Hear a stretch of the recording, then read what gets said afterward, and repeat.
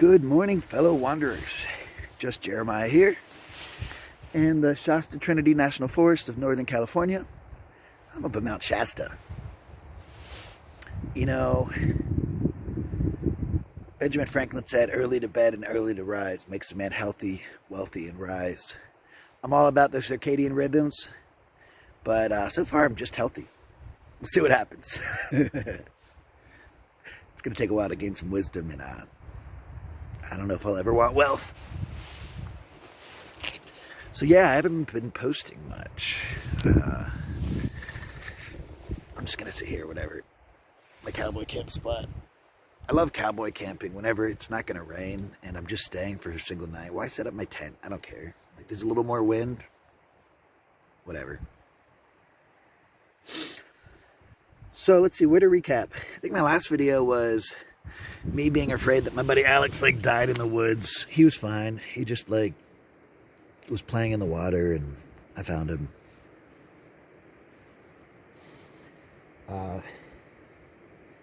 So let's see, we were at the hot springs. We spent like a week in Remington, a week in Wild Willie's, and then we went to Alex's mom's house in Sutter Creek and we spent a week there. I pretty much just it's nice to sleep in a bed now and then and rest a little bit and watch a movie or whatever. I mean, I want to sound like this is just all I want to do ever. And honestly, yeah, it is. But every now and then it's nice to rest and feel, I don't know,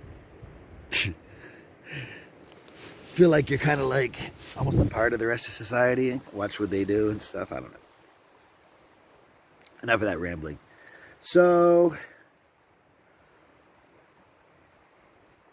yeah, I'm struggling because I really want to stick around with my buddy Alex, and he's really cool, and it's just him and I now. The caravan shrunk, but yeah, I don't know, I guess we'll see. Maybe the time of Shasta I'll get more. I really haven't gotten much for the YouTube stuff, and it's oh, by the way, I hit 4,000 hours of views for the year. That's what I need to get monetized. It took me 3 months, thanks to you. Thank you so much. 4,000 hours of views, that's 240,000 minutes of views in 3 months. Literally, there's been more, yeah, so far this year, I've had people watch my YouTube more than I've had my own personal existence, including sleep. I haven't experienced 4,000 hours this year. I think 4,000 hours takes 6 months. Straight through. Yeah, so all I need now is 350 more subscribers. And I can apply for monetization, which I know doesn't do you anything. But, it's just a step towards me being able to afford the better gear. I mean, again, at some point I'm gonna have my van or car. I'm gonna have a GoPro doing time lapses everywhere I drive, and I'm gonna have a drone flying around getting shots. I'm gonna have so much going on, and you're gonna have to pardon me.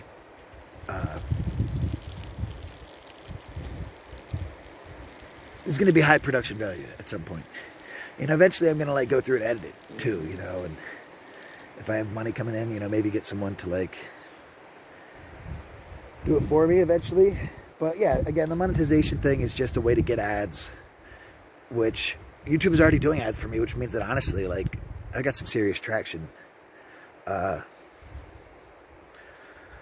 yeah, ads will bring in more people. It'll put me on the Google map. Google doesn't want me unless I'm making the money. So right now, Google doesn't send people my way. It sends people the direction of...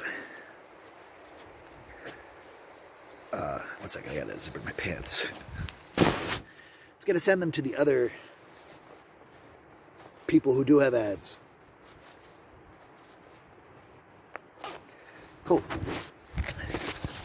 I'll walk down to the river. I mean, I really can't thank you guys enough. I mean, the loyalty, not even loyalty, but you guys are awesome. I don't give you guys enough credit going in and commenting on the comments and liking the comments. And I promised to get back from my mom's and do that stuff. And I've been struggling. I've been like, I get so overwhelmed. There's so much I have to do to make this work. And yeah, whenever I lost those 2.5 hours of interviews like 2 weeks ago, and it really affected me.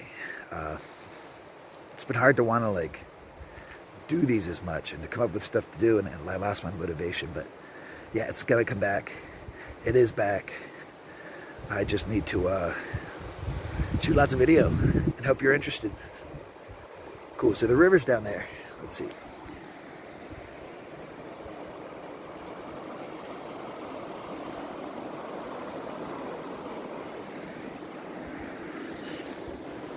Nice little camp spot. I'm at Twin Arrows Campground. Now, it's not even on Google Maps. Oh.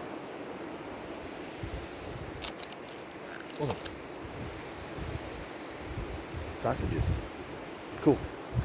So it's not even on Google Maps, but it's toward the town of Mount Shasta. It's on the other side of the Route 5 past Siskiyou Lake from there. And if I'm not mistaken, you can pretty much just come and set up camp and just stay here. It's like BLM, which I've mentioned before, isn't Black Lives Matter. It's the Bureau of Land Management, where you can camp for free for up to 2 weeks. But I think no one comes and enrolls you. I think you can just stay here like indefinitely. There's no toilets, no running water. There's a spring up the road. Get a shovel. It's going to be lots of counterculture here. So if you like interviews, oh boy. Also, the channel's going to start taking a small direction that is a part of my journey. Something I've been a little bit, you know, maybe reluctant to jump into in the past. It's chilly. Got down in the 30s last night. But if you guys are into that whole spiritual stuff, I mean, honestly, Mount Shasta is supposed to be the most powerful spiritual vortex in the United States. And you might be saying, all right, Jeremiah, like I can deal with you panhandling and I can deal with you rambling about this and that, but you're going to start telling me that like magic is real and saying words like vortices. It's the plural of vortex. And I hate to break it to you, but I might end up saying that I think magic is real and that we perform it just through the act of our will and our belief systems and the power of manifestation. So I'm not saying there's people like casting spells and magic and fireballs, but I'm going to be delving into some stuff. And I'm going to have lots of help here at Shasta because it's like a place where people gather from around the world of all different cultures, all different creeds, all different belief systems. And yeah, I'm going to interview them. I can't wait. There's so much natural history. There's the native history. There's so much here in Shasta for me to cover. If you're kind of wondering where all the content's been and want to see some more, yeah, this video is going to be the one that lets you know that it's coming. You know how I am. I just ramble and I get off track and kind of get back on, but back to like the YouTube thing, like, yeah, I mean, you guys are really what is making this work. Like, this has been a dream of mine. I wanted to do YouTube for my freediving, and I started a freediving channel, Freediving Fanatic, which is what this YouTube video's name was originally.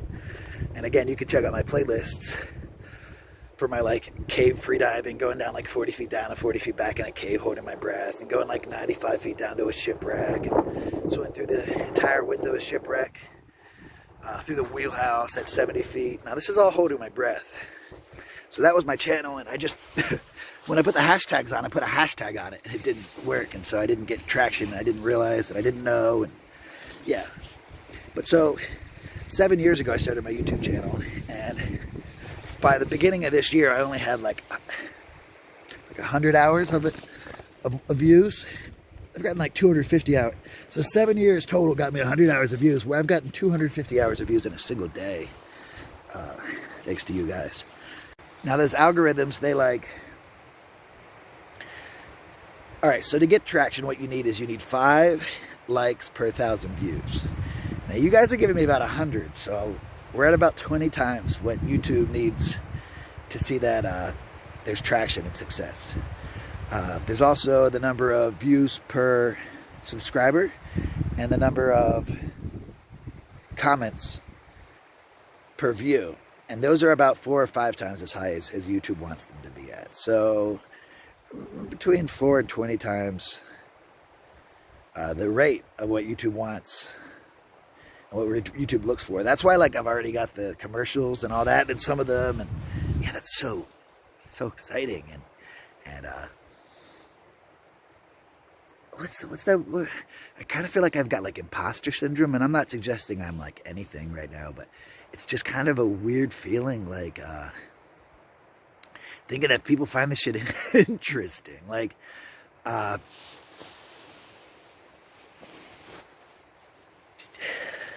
yeah, it's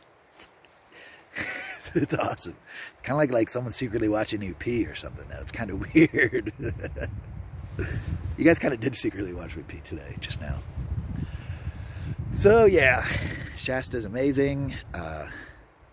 Hopefully I'll meet some people that wake up early like I do. That early to bed, early to rise thing, yeah. I mean, I'm very light sensitive, and the moment the sun's up, I'm up. I get up at 5 every morning. Like the past year, I probably got up at 5 o'clock, 2/3 of the past year. Living outside. Now, it's been a full year. And actually, yeah, this next video, I'm going to tell you all about this year. What brought me out here. You heard my, like, little sob story, letting you know I'm not a trust fund baby, and that I came from very humble roots. And, or maybe you didn't. Maybe it's a video to check out. But, yeah, why not hear more about, like, some of my later story and what got me, like, directly where I'm at. There's still so much I want to cover, but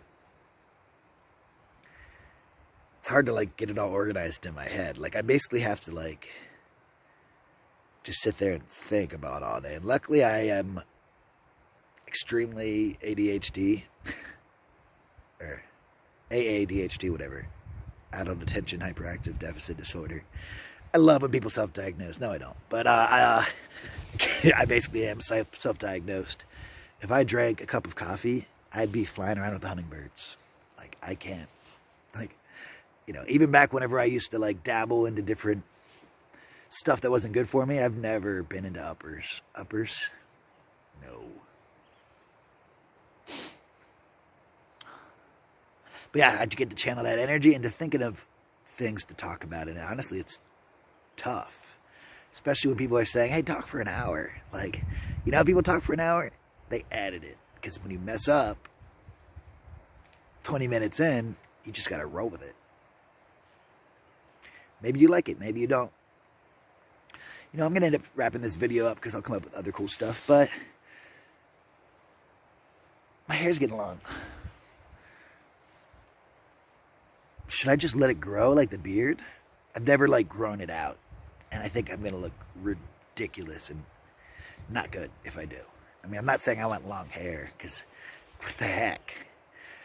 But when am I going to get another chance where, like, my job's not telling me to, like, you know, should I do a mohawk? Should I just trim it short and neat like I normally do? And, like, honestly, like, yeah, whenever I trim it short and neat and make it look all spiked with my beard, that I look more well-groomed, you know? Or should I just rock it? I don't know. Any advice?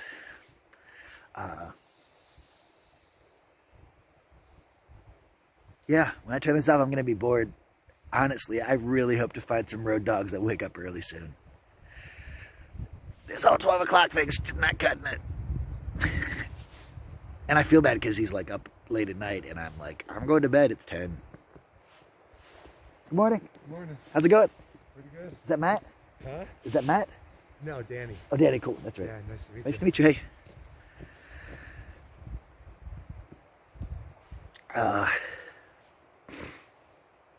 Thank you so much for your help.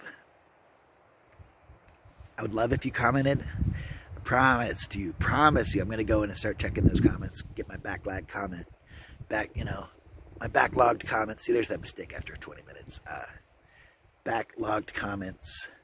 And make sure you guys are feeling the love, because I really don't want you to feel like you're putting all this energy into helping my channel and then I'm just like blowing you off. Like, you don't deserve that. And if I'm making you feel that way, I have no excuse. So I'm going to get on it. And I'm stoked to be at Shasta, where there's lots of good service and lots of awesome people. And maybe we'll learn about some weird stuff together. I learned a lot last year. And kind of ready to share some of it. And I kind of think that especially with COVID and stuff, people are done with the mainstream. And they're ready to figure out something new. And I personally think that something new is something old. I'm a big fan of the indigenous ways. I personally am not about the whole woo-woo new age spiritual movement. Just through personal experience, a lot of them don't practice what they preach. They're going on about nature being God and all this and that, and then they trash the place and have no respect. And honestly, a lot of that was through my experiences at Shasta. And I'm sorry if you're one of the spiritual woo-woos. You know, you're just going to have to be that awesome person that, like, you know, helps people like me see that not everyone is like that in those circles. But yeah, the indigenous is what really gets to me. And I think that we're all kind of thirsty for something new, and we're kind of going back. I mean, I'm not into that stuff, but it is a form of paganism. 2020, the Wiccan religion just surpassed Lutheranism in the United States. I've heard of people saying that on the construction site that their Mexican co-workers are learning the Mayan language that their grandparents have kept from the lost Mayan culture, and that they're actually learning Mayan. Like, all around the world, in Siberia and South America and the United States, people are digging towards their indigenous roots and to the past. This whole thing we're doing, the structure we've got right now, it's not working. We don't have to destroy it and burn it down, in my opinion. Maybe we do, but I don't think we have to. We just have to delve into our spiritual aspect and be willing to talk about weird stuff and be open to it without talking down other people's belief systems. And yeah, you might get some information coming on this channel, and it's a direction I actually wanted to get into. You might think I'm nuts, but I mean, I would never see myself as a shaman, but I've been following the path, learning about all those things they're into for a while now. You know, homeopathic and holistic healing. Yeah, and it's really helped me, you know. If you're interested in that type of stuff and want to learn more, check out some Alan Watts online. All of his lectures are like just killer, and you'll be blessed to listen to his laugh right in the middle of his philosophy. You know, Terrence McKenna's more into the psychedelic angle of that. Both of them had gone to South America and had spent a good amount of time with the shamans. Actually, pardon me. Terrence McKenna went into South America with the shamans. And Alan Watts, see, there I am struggling again so early. Alan Watts, he went over to like India. Alan Watts brought the New Age movement, actually. Yeah, he brought all that spiritual philosophy from India over to like San Francisco in the 60s. He's what caused the whole hippie movement thing. But yeah, we're going to get into some cool topics coming soon. There's going to be a lot of content, and I'm really excited to share it with you, and I'm just so stoked that I'm lucky enough to have you watching. Like, this whole past year, which I'll get into in this next video, it's been about healing for me, and being able to share my path and process of healing with you isn't me telling you how to heal, but between the lines, I'm kind of showing you one of the paths. I really care about you guys, and just can go on all day about how much I appreciate you. Instead, I'm just going to try to take more time to make sure that I comment back, I like your comments, and then I give you great content. One thing I promise, I will never cave in and go all douchey, high production rate with like people following me and me acting like I'm sleeping on the ground. It's going to be the ground. It's going to be minimalist. Love you all. Take care.